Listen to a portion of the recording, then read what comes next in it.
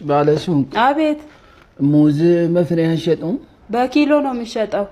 አንድ ፍሬ ነበር የፈለኩ። እሺ ኪሎ ስንት ነው? 70 ብር። 70?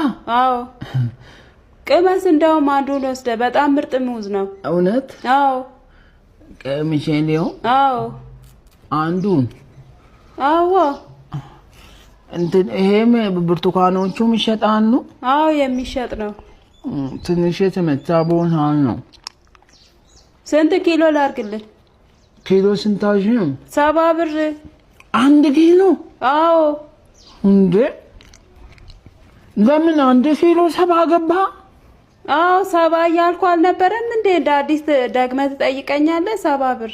ኦ በቃ እኔ ልገዛ ስሜ በርግጥ ውድ ነው በጣም እንዴ ቀምሰህ ስንት ኪሎ ላድርግልህ? ቀልዱን ተውና እንዴ ስንት ኪሎ ነው የምትፈልገው? የቀመስኩት እንትን እንድናለ እንድትገዛ ነው እንዴ? አይ ተኔ በፍሬ ነበር የፈለኩት። ተይ በቃ ና ምን ይላል? ና ስንት ኪሎ